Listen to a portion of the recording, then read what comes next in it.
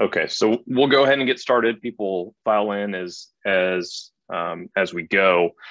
So thanks again, everyone, for tuning into this installment of the National Fellow Online Lecture Series. Before we get started tonight, just wanted to plug our next lecture, which again will be next Wednesday, same time, 8:30 p.m. Eastern time. That'll be on overuse injuries of the posterior and the lateral knee, presentation from Burt Fields. So tonight's lecture is going to be on shoulder fractures with Dr. Ross Mckeeson from University of Nebraska Medical Center. Before we get started with that, just a couple housekeeping things.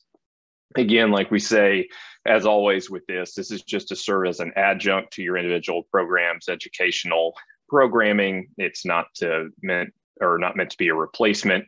It's to help assist in CAQ exam preparation, and then also to provide fellows with access to AMSSM members that are at various levels of their career and across various specialties. Everyone's devices will be muted, and please turn your video off. Put any questions you might have during the course of the lecture in the chat function, and you can add your name if you want to, and I will ask the questions at the end to Dr. Mathiasen, and then we'll also have a survey posted in the chat function as well. So please, if you can fill out that evaluation, that would be helpful as well. So as we get started tonight, again, lecture on shoulder fractures. Our presenter tonight is Dr. Ross Mckeeson, who's an associate professor at the University of Nebraska Medical Center, completed his residency in emergency medicine, as well as his fellowship in sports medicine at the University of Iowa. He is involved with education, including at the AMSSM national meetings, aiding in the course development and teaching for the smartest workshops. He is clinically active in the emergency department and in the sports medicine clinic, as well as with mass event and sideline coverage from the youth to the Olympic level. So again, thank you to Dr. Mathiasen for being here to give this lecture, and I will let you take it away. All right, great. As soon as I can get into my share function here.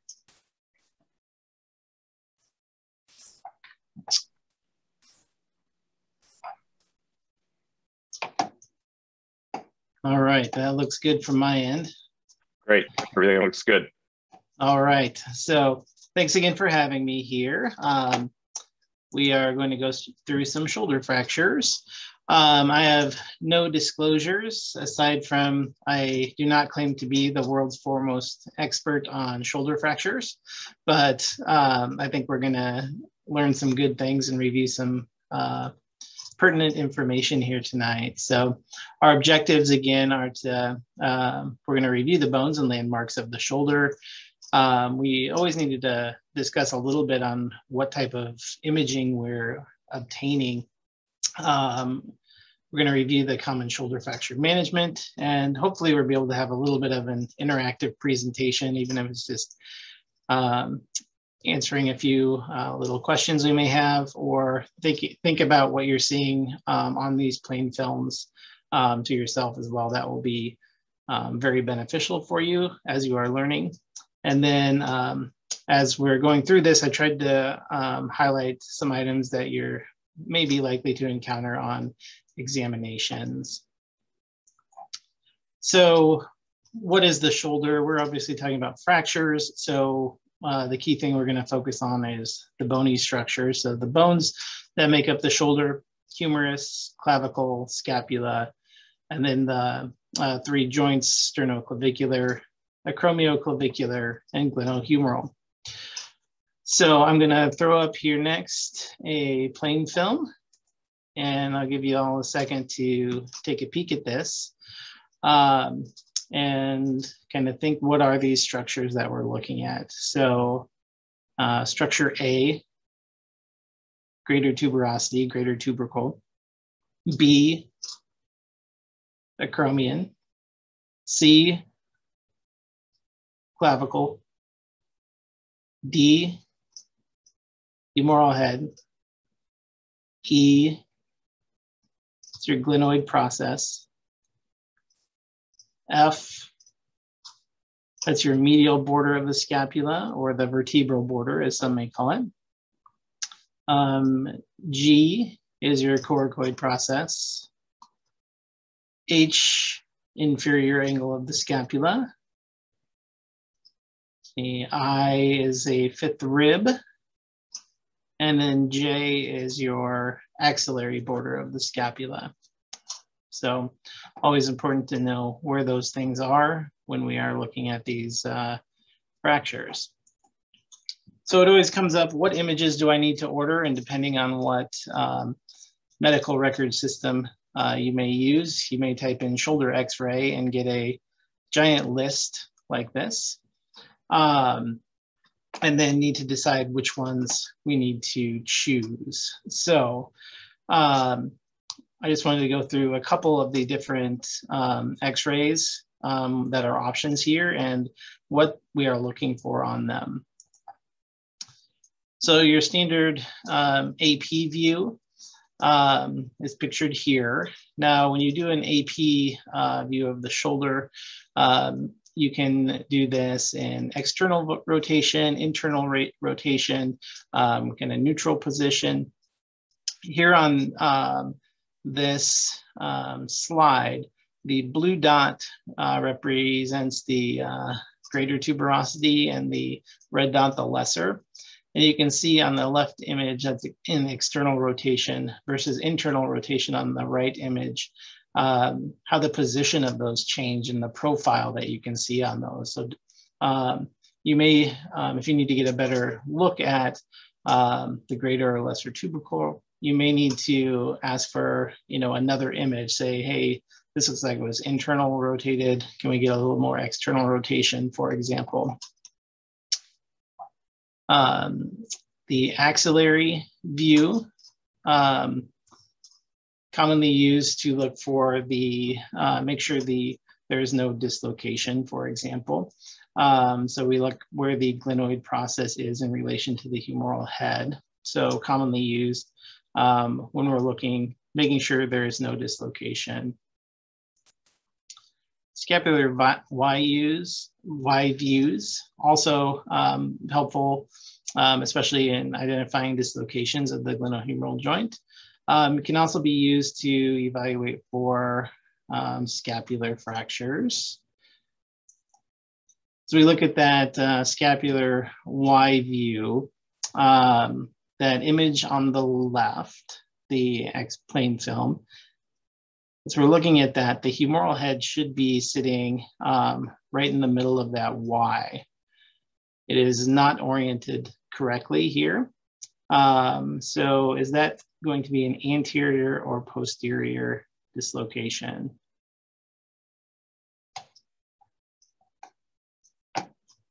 And it's going to be posterior, as we note here on the right image. So when the head is, if the head is basically more towards the chest, if you will, it'll be anteriorly dislocated.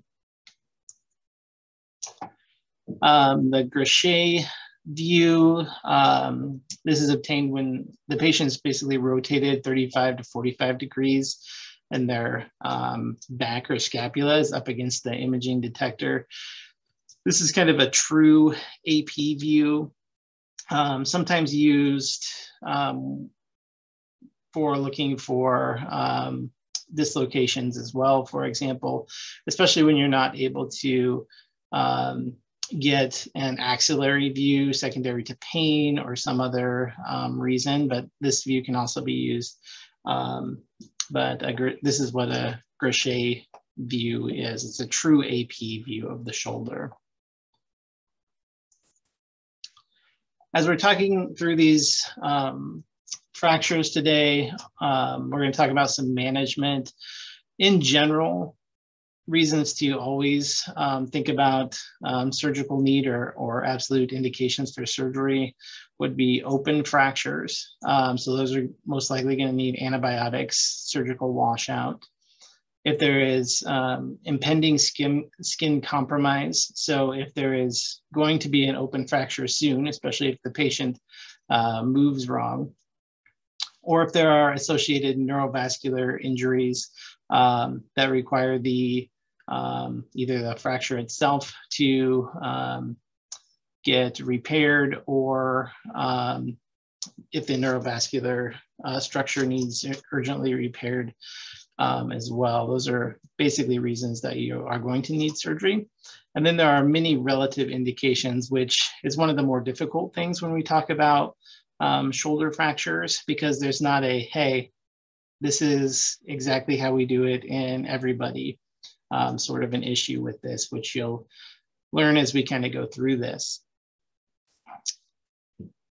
When we're talking about shoulder injuries and shoulder pain, quick aside here, don't forget about the cervical spine. And I know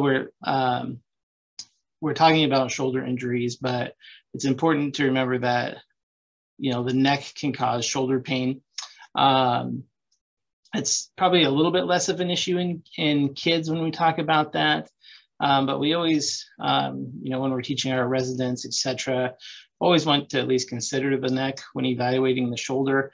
That's true for not only, you know, traumatic sorts of injuries, but also anyone with shoulder pain, looking for radicular types of pain or those sorts of issues. So just don't forget about the cervical spine when we're talking about the shoulder. As we get into the injuries themselves, I'm going to start off with one case here. So this is a 13-year-old male. He was playing at football practice, and he went and hit the sled and felt the pop in the right shoulder, and ended up thought things would be fine. Ended up coming into my clinic about 2 weeks after the initial injury. So I'm just going to kind of run through these X-rays here, and I want you to see if you can come up with a diagnosis. So this is an AP view, neutral. This is the Grosse view, or the true AP view of the shoulder.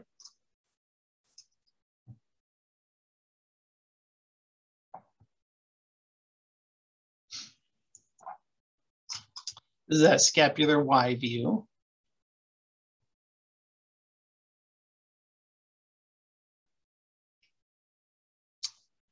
And then this is the axillary view.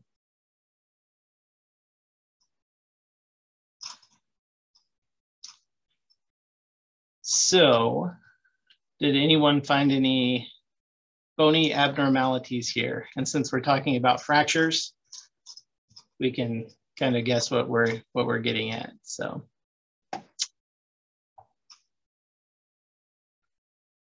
the abnormality that I see here, this is the shot here on the axillary view. We see this right at the top here along the lesser tuberosity. There is looks like a piece of bone or an avulsion in that area.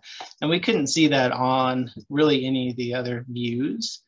The key piece to this person's examination was that there was weakness with internal rotation. And so 13-year-old pop in the shoulder, has, you know, weakness with internal rotation. You may think, hey, towards, you know, rotator cuff, which is an odd injury in this age group anyway. But there is an avulsion fracture off of the lesser tuberosity, which is where the subscap inserts. So that fracture ended up needing surgical repair because of the weakness with internal rotation. So this is just kind of a good example of kind of staying vigilant with these fractures. If something doesn't make sense, like massive weakness with internal rotation in an adolescent, we have to continue looking for things. We ended up getting an MRI of this to further evaluate, but this has ended up being a lesser tuberosity avulsion fracture and needed surgical repair. And here's just the highlights of that on the imaging. And then a picture of the operation. So, all right, we're getting into the more common sorts of fractures. So proximal humerus fracture, this is about 80% of all humeral fractures are proximal humerus. And in the emergency department, at least, this causes over 150,000 visits every year in the US. So who gets this? Most commonly, elderly women. And a Fuchs type of injury is the most common for that. That patient population. In younger folks, it's usually more high energy, kind of a direct blow to the shoulder that causes the proximal humerus fractures. The other things here to kind of pay attention to with proximal humerus fractures, they have a lot of pain and don't want to move their shoulder.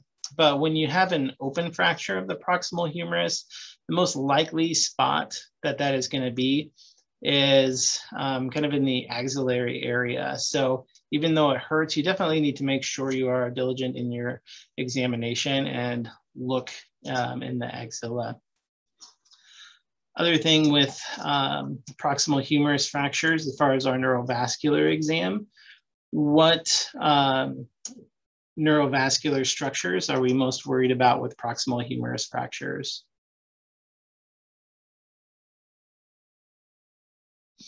Axillary nerve? Radial? Axillary. Excellent. Yep. So the way I remember proximal humerus as far as nerves go, I just think arm. So most proximal A, mid shaft R. So radial, distal M, median. So axillary, radial, median nerve. So the if we need to assess the axillary nerve, so sensation and motor function, what does that axillary nerve do? Sensation to the deltoid? Yeah, so we need to assess for basically hypoesthesias, etc., over the lateral aspect, proximal arm, motor function. They're not going to like really want to fire and move their arm around with these fractures, but make sure their deltoid does fire. Excellent. All right, so when we talk about proximal humerus fractures, we have to go through a little bit of the classification system because this is testable material. Also has some implications into prognosis and what we do with these folks. So near classification is what's typically used for this, and we kind of divide the shoulder up into 4 parts. Basically, with this image here, greater tuberosity, lesser tuberosity, humeral head, and humeral shaft.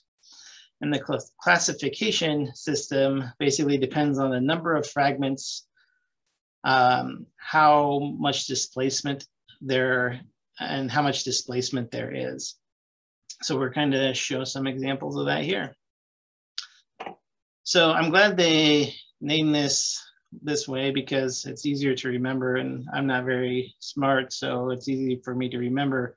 1-part fractures is that it's all in one part, so there's not pieces really displaced. So these are non-displaced, and the near definition of non-displaced was actually less than 1 centimeter of displacement, but it basically looks like it's in its anatomical position, less than 45 degrees of angulation.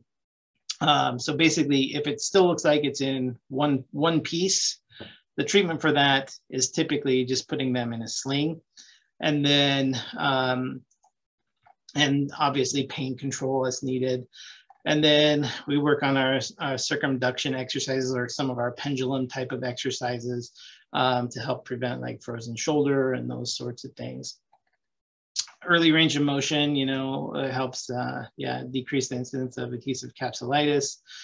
You keep working on active range of motion, like with the wrist and hand as well, while they're in the sling. And then we'll want to make sure that we follow up with these folks within, usually for me, about a week, 10 days or so, to get another image to make sure that displacement has not happened. So basically, non-displaced fracture is the one-part fracture. Majority of the cases are these.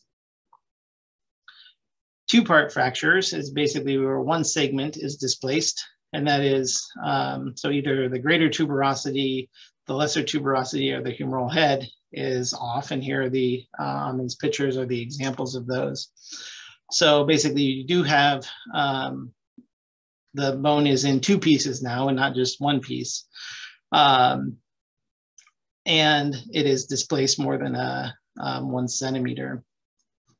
These are typically initially treated the same with a sling and symptom control, and then a reevaluation to make sure there has been no increase in displacement.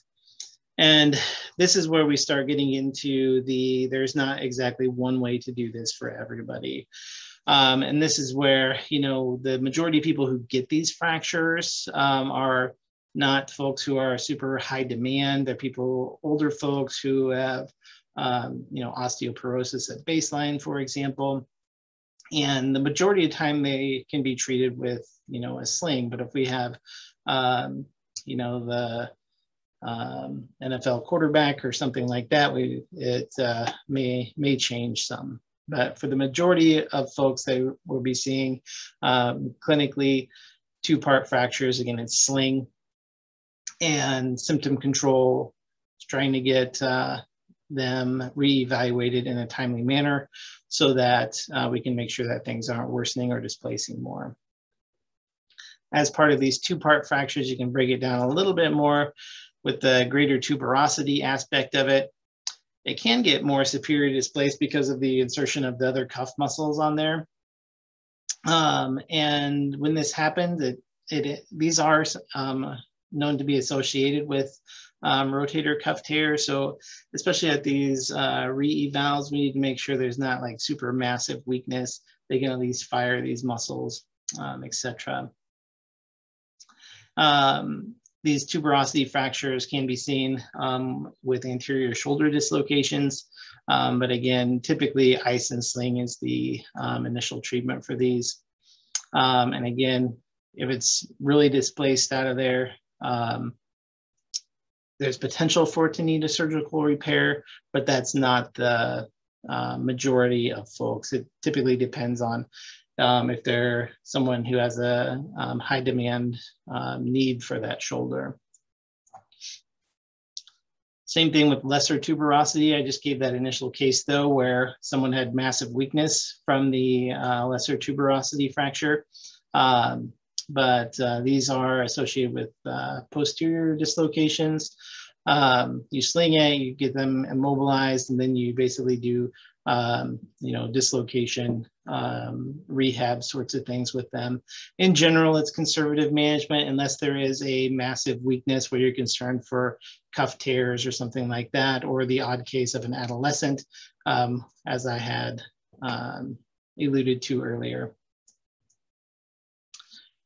Then we get into the 3-part and 4-part fracture of this classification system. So 3-part then is displacement of one of the tuberosities and the surgical neck.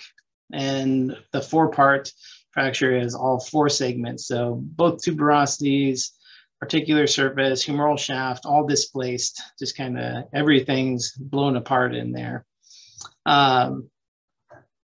Now, in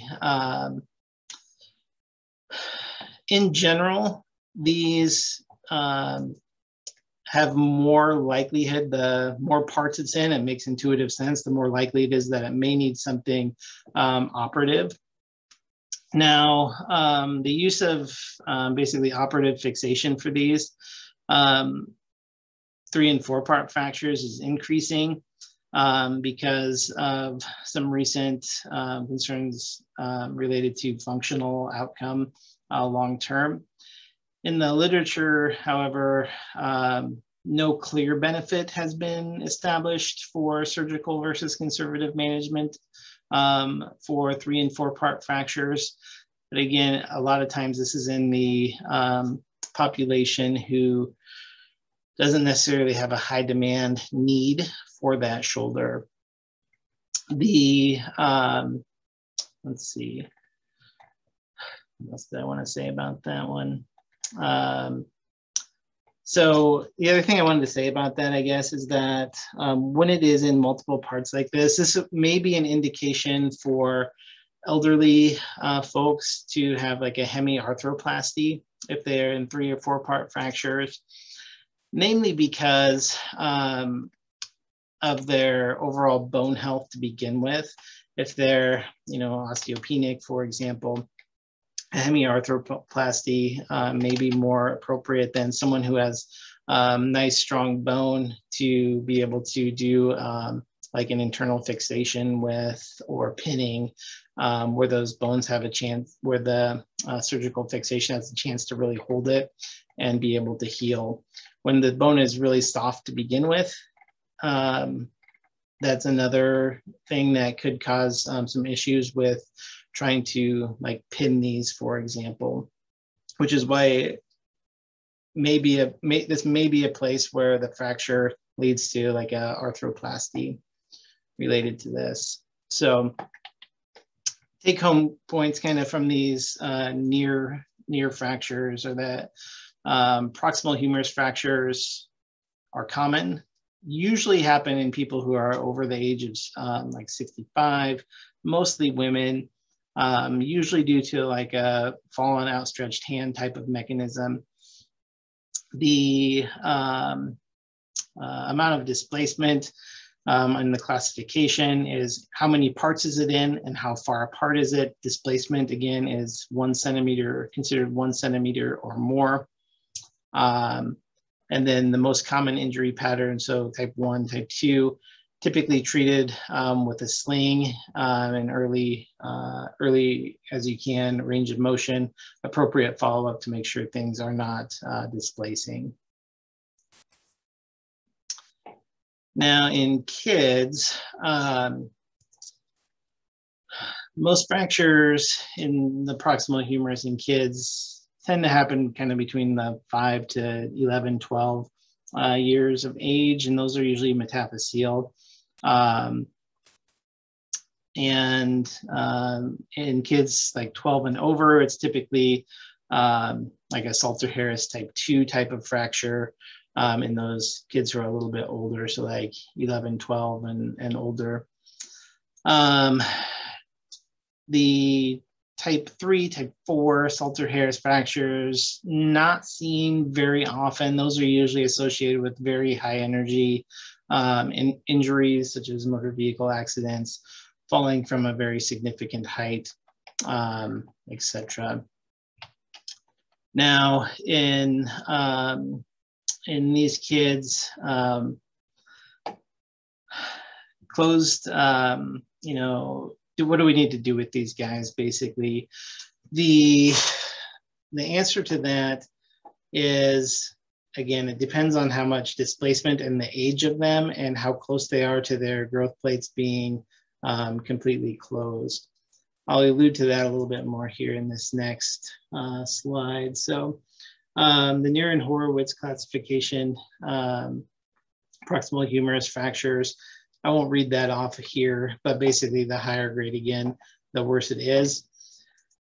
This is when to fix these surgically versus basically a sling. Another area of controversy, depending on where you are reading from. They will give you different numbers for allowable degrees of angulation based off of age. Some places will say if they are 10 years of age and under, basically any degree of angulation is fine. The kid will heal. And then basically the amount of angulation allowable decreases as they get older. So because there is controversy related to this, kind of the way that I think about remembering it, I kind of break these up into ages and degrees of acceptable angulation, kind of like you do, you know, for metacarpal types of fractures. So the way I kind of think about it is if they are 7 years of age and younger, you can have 75 degrees of angulation and then decrease that by 45.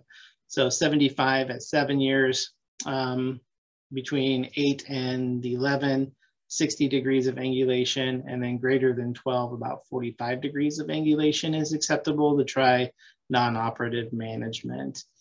And again, depending on where you read, they'll give you different numbers, but that to me gives me a pretty good ballpark on what's acceptable and not acceptable. So 75, 60, and 45 degrees for, and then I just remember the extremes of age. So 7 or less, highest degree of angulation acceptable. 12 degrees and older, least degree of angulation is acceptable.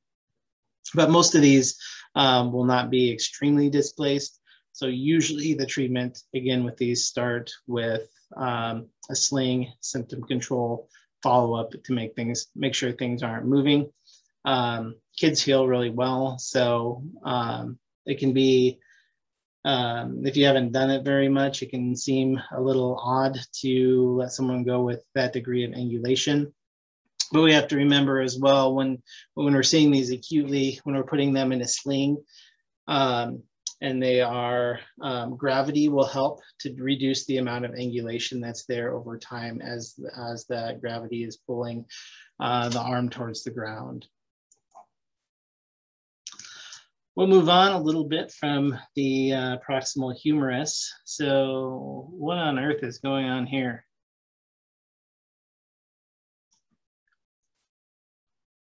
So this is a posterior. Do I hear someone wanting to say something? Nice.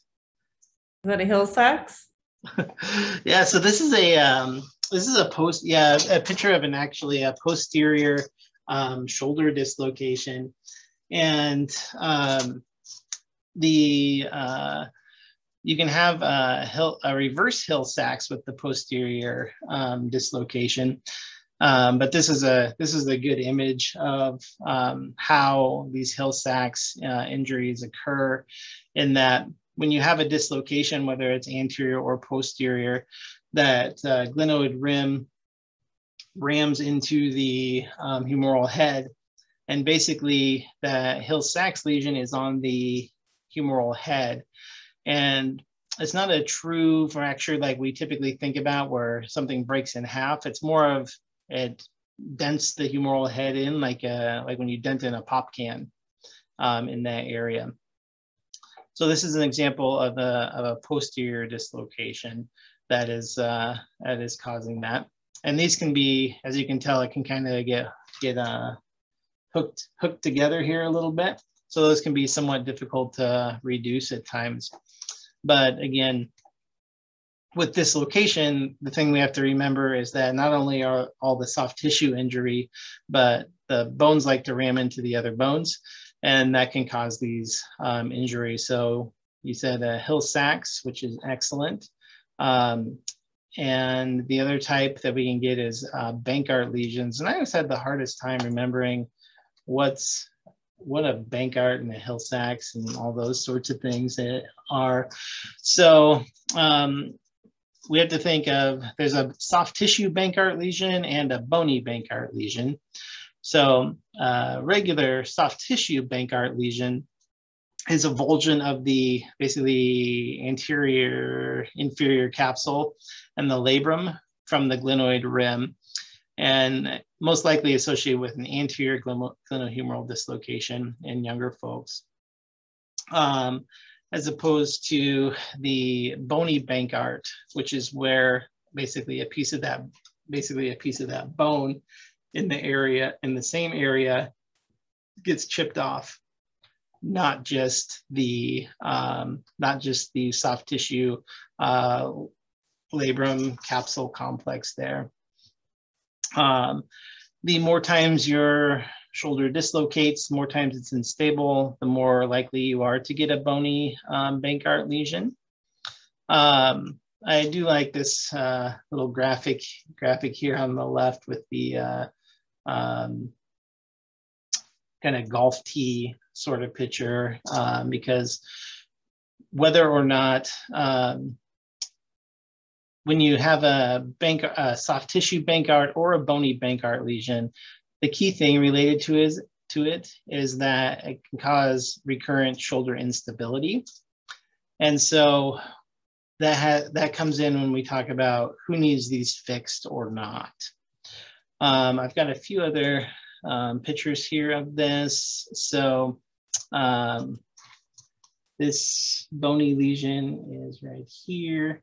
For the Bankart, the MRI is actually of a soft tissue Bankart lesion. So a Hill-Sachs, again, is an impaction fracture against the humeral head against the glenoid rim. With anterior dislocations, the Hill-Sachs occurs against the posterior lateral surface of the humeral head, because that's where it ends up hitting on the glenoid. And again, as you dislocate more, the chance of getting one of these increases significantly. When you have the posterior dislocation, you can get the reverse Hill-Sachs, which is where the same thing happens, but it's against the anterior lateral surface instead of the posterior surface. So that's kind of the anatomy there. So again, we always talk about shoulders and the golf ball and golf tee sort of things, and it makes sense that, you know, if we break off a piece of that golf tee, that golf ball is going to want to roll off a lot easier. And so the more bone that is broken off, the more likely it is that you're going to have recurrent instability. So indications for getting this bony Bankart or the fracture portion of this fixed, either with the bony Bankart or the Hill-Sachs. So number one would be if they have recurrent instability events. Two would be after they have rehabbed from a shoulder dislocation, if they're having lots of mechanical symptoms. So they're getting lots of locking, catching because of that defect there. High level, especially people who are overhead athletes, the most common time you're going to dislocate is, adduction, external rotation. So overhead athletes, you need more, you need as much stability there as you can get. They're more likely to get these repaired earlier. And then there are some different percentages that people will use to say, hey, you're more likely to need a repair. The numbers that I see most commonly are people who have basically 25% or more chunked off of there, probably are going to need surgery. But some places will say that even if there's 5% or more, you're at increased risk for needing a surgery. But again, this is another thing that is going to be really dependent on which patient you're looking at here, whether it's high-level athlete, overhead athlete versus Grandpa Joe. In the majority of folks, especially non-overhead workers, athletes, etc., it's reasonable to try to rehab them initially, as long as they're not having recurrent instability events, and then keeping an eye on things, make sure they're not getting mechanical types of symptoms. Here's just another image of that kind of soft tissue Bankart and the Hill-Sachs impaction fracture.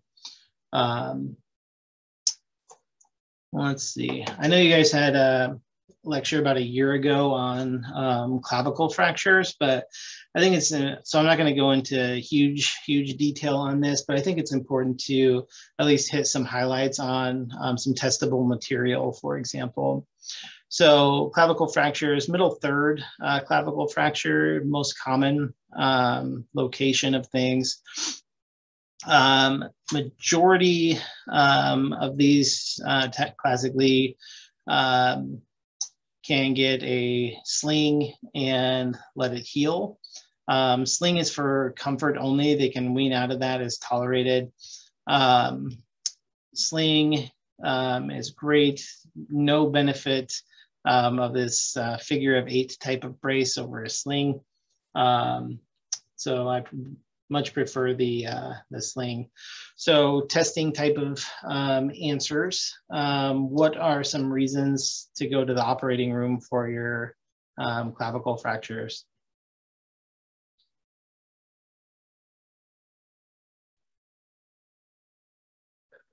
Skin tenting, like. Yep. So significant skin tenting. So basically, I think of it as an impending open fracture. That's how I like to think of that. Excellent. So open fractures or near open fracture. If you have neurovascular compromise issues, the classic kind of how much displacement is too much displacement is 2 centimeters of bayoneting or overlapping. But again, you have to consider the person who's doing this. If that's their throwing shoulder in an athlete, they are more likely to get that repaired because of how much time they will be out. You can lose a couple percent of some strength or range of motion, which those folks may need. And then also some people just don't like how it looks, which would be a relative indication. A few other points on clavicle fractures. Again, we're not going to go into huge detail with these, but distal clavicle fractures, usually similar to midshaft, ice, pain control, sling, early mobilization. Potential need if that very distal piece is kind of floating out in no man's land, if you will. And then 3 would be if the fracture has had plenty of time to heal, but it's still causing symptoms, like if you have a delayed or a non-union of a fracture. The thing I like to remember with these distal clavicle injuries is sometimes you can have like some non-union sorts of issues with these.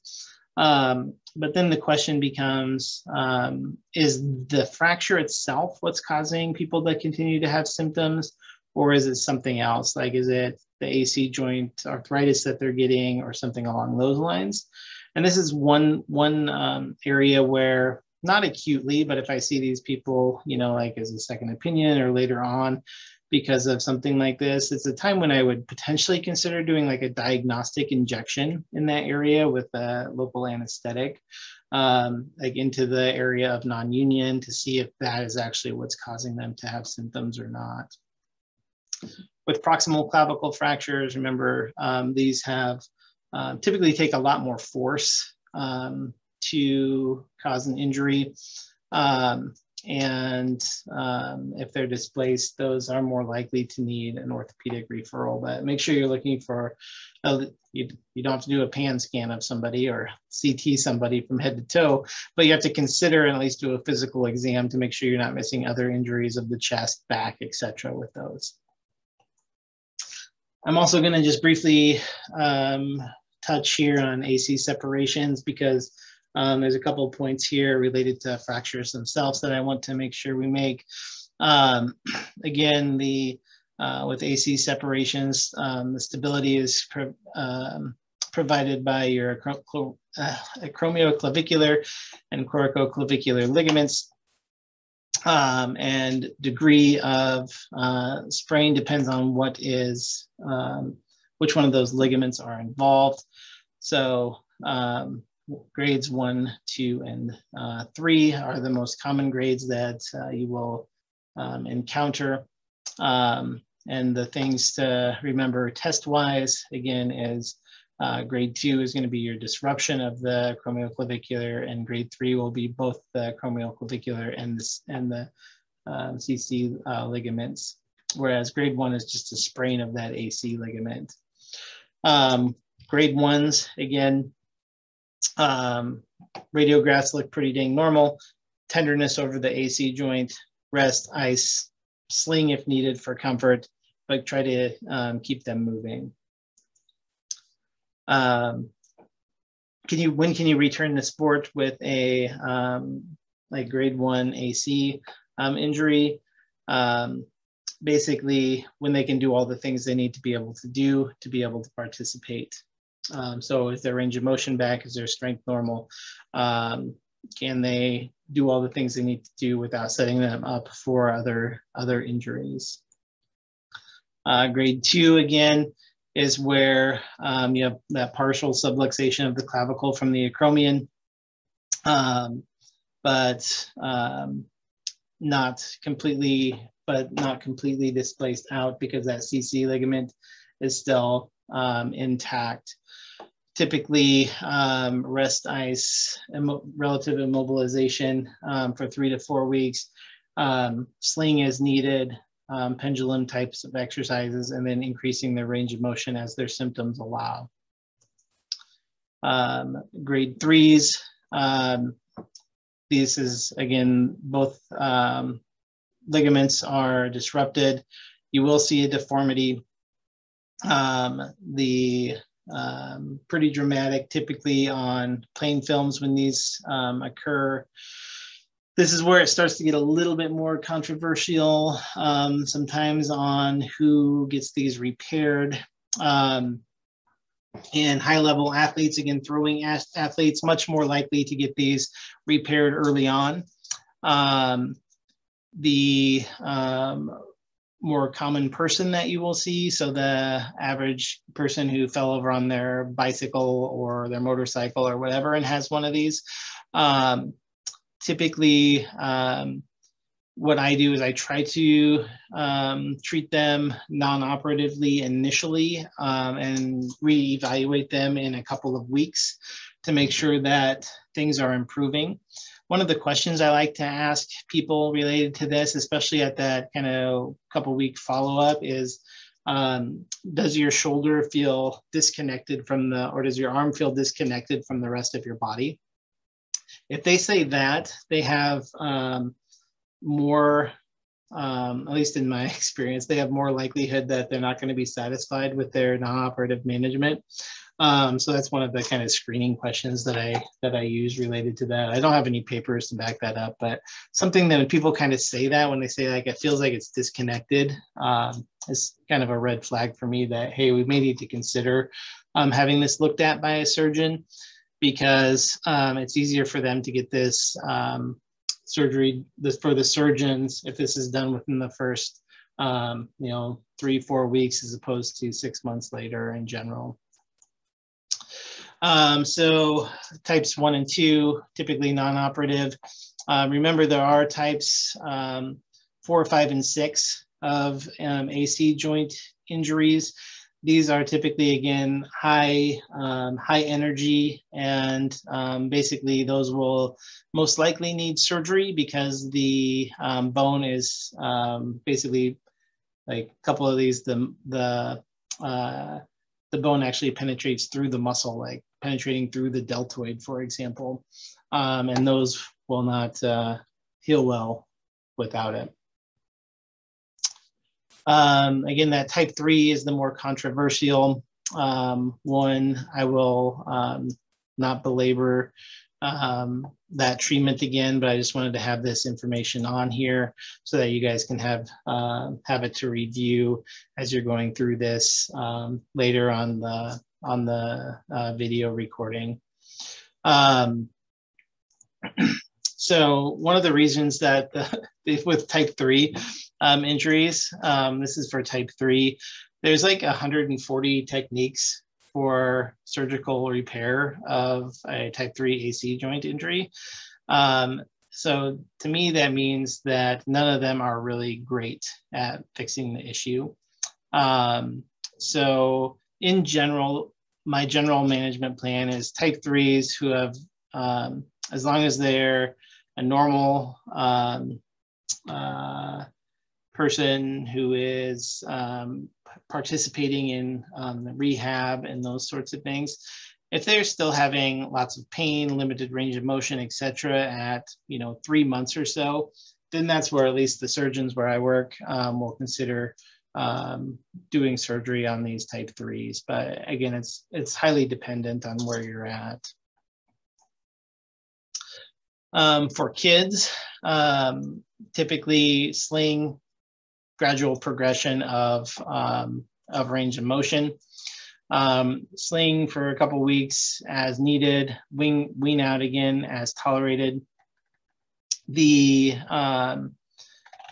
reason that I bring this up again is because we have to remember that not all of the ossification centers in these growing kids close at the same time. So at the distal clavicle, for example, the lateral epiphysis doesn't ossify well until they're about 18. So the clavicle basically can displace away from the physis, which means that the ligaments are actually okay. So the AC and the CC ligaments are actually okay. But as in this photo here, but a piece of that bone actually can separate. And this is because that's where the ossification centers are at. So some people will actually kind of classify this or consider this the childhood equivalent of an adult AC separation, and that typically the treatment is exactly the same as an AC separation, which would be sling, comfort, start moving things around as you're able. All right, what type of fracture is this?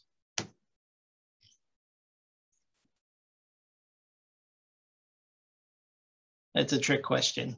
So this is calcific tendinosis. And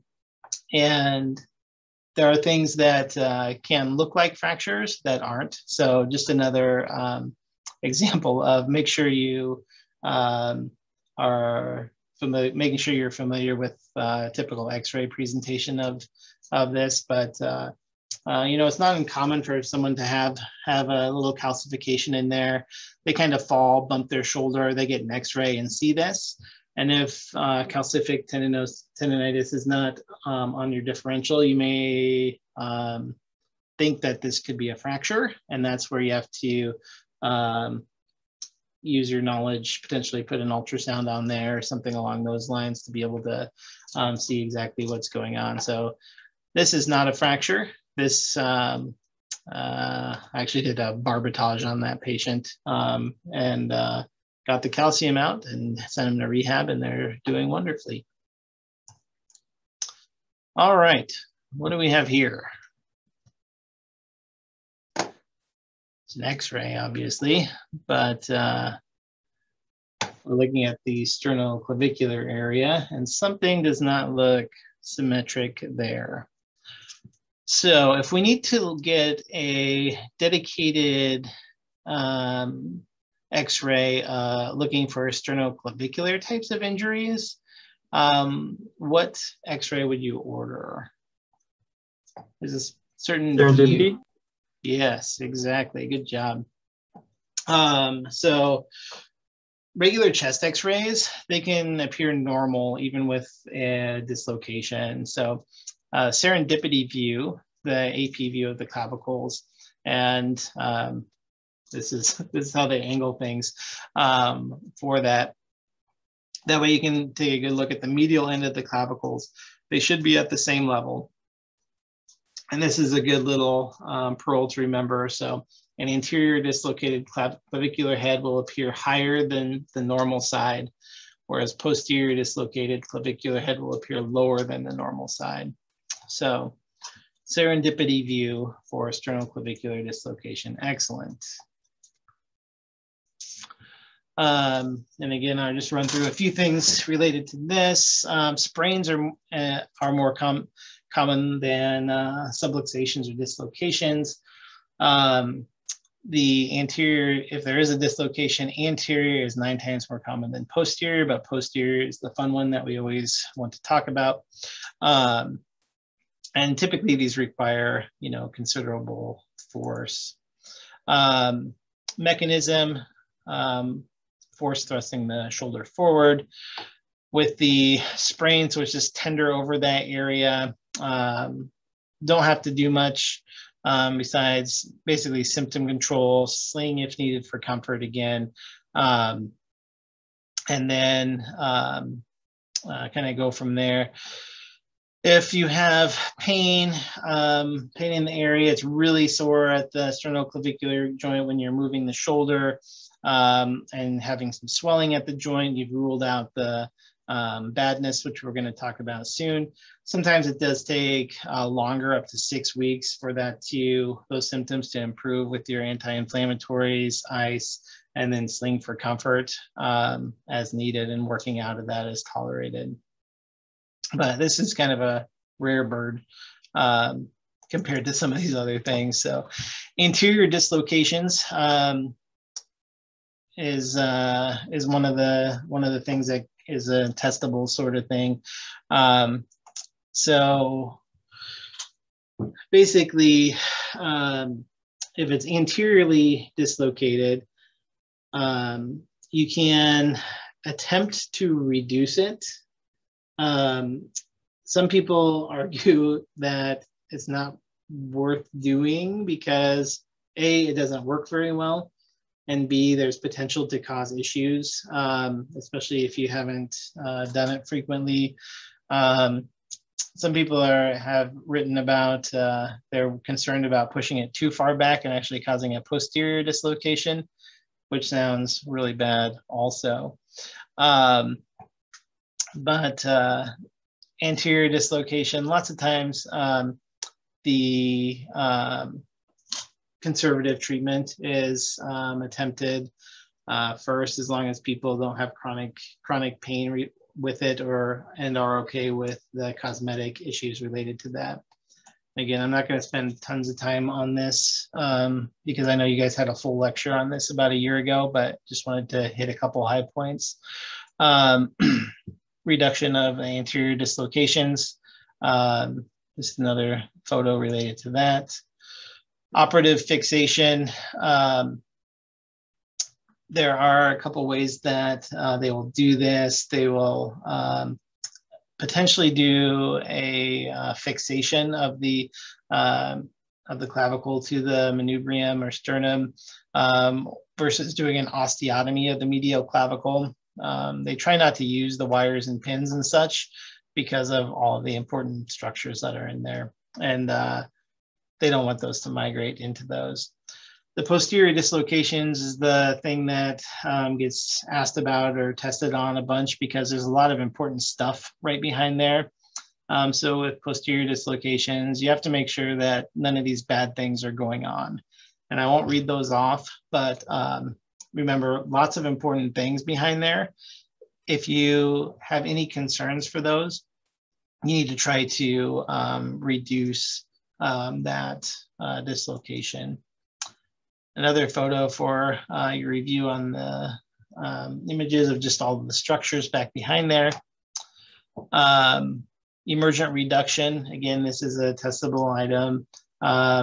If you have time, you can numb around the medial border of the clavicle, but if they're actively decompensating because that thing is pushing into the vasculature, you may not. Easiest to place the towel between the shoulders to kind of bring your chest up, arm abducted and pulling some traction on there. Then you grab the clavicle and pull it anteriorly is the classic question related to that. All right, what kind of fracture do we have here? A midclavicular. Okay. Anything else?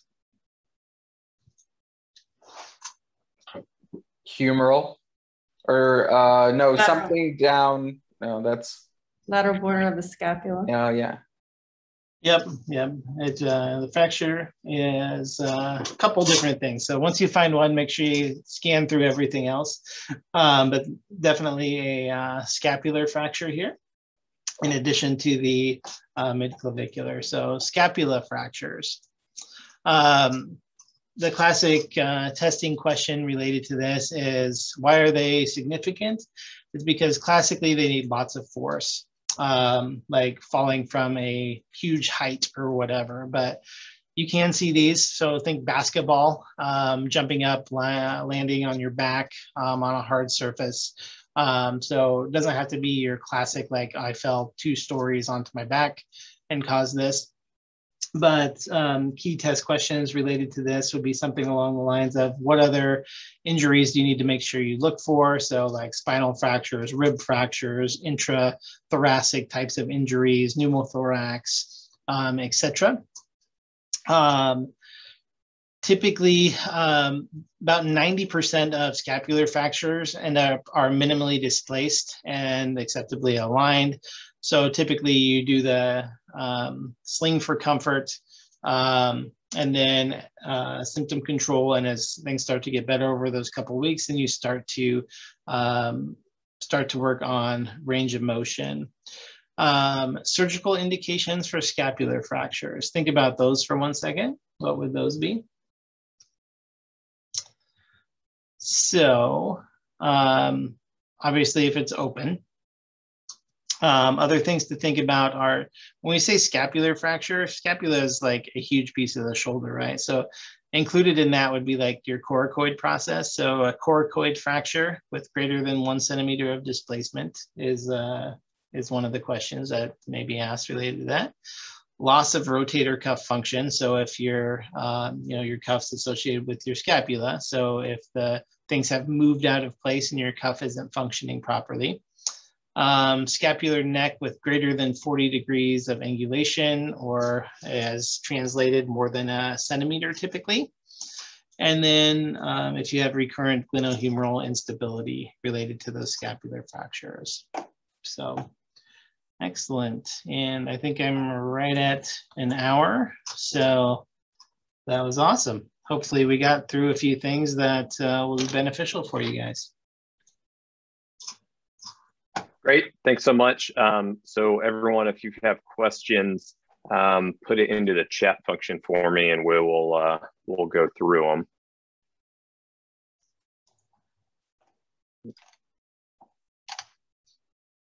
Pull up the chat function here.